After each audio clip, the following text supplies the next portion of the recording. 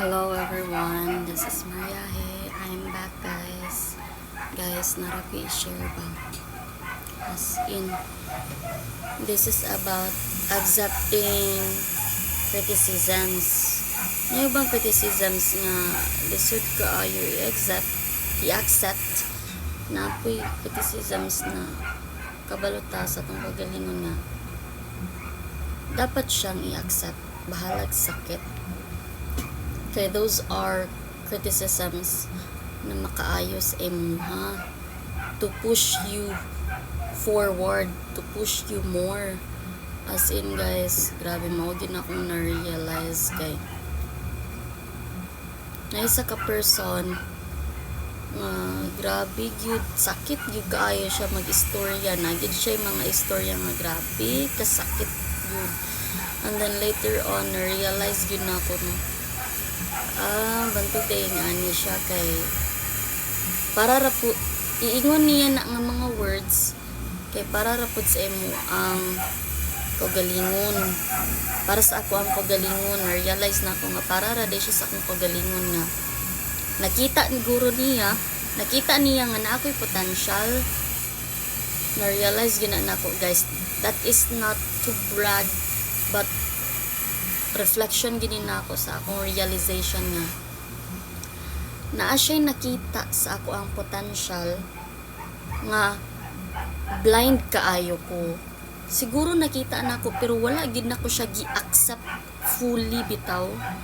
So siguro mo siging-sigingon gid ko niyang istorya, dagay gyud siya sakit nga mga istorya gid guys.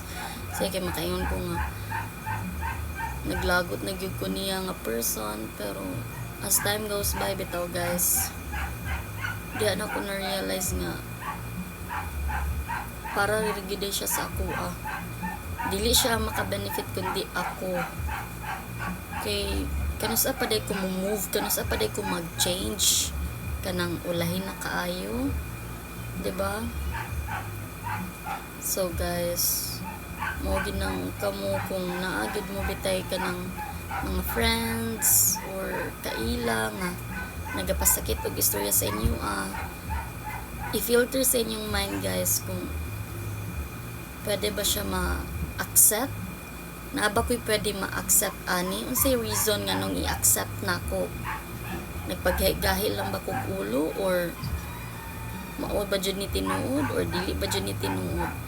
Basta kay kamo magyoy makaingon ana kamo gyud makaingon ana sa inyong kagalingon, maka-realize sa inyong kagalingon kung unsa gyud ang angay buhaton, kung unsa ang angay i-accept nga information or words nga gikan sa inyong friends or mga kaila, diba?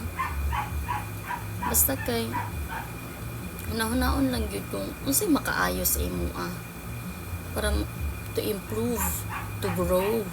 Mao gid na ko realization guys, as in grabe akong week, ako ang semana karon pero kapoy siya, pero daghan kay kong realizations and I'm grateful for that gyud. Grabe, thank you Lord.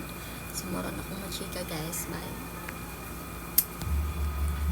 Follow for more updates ha.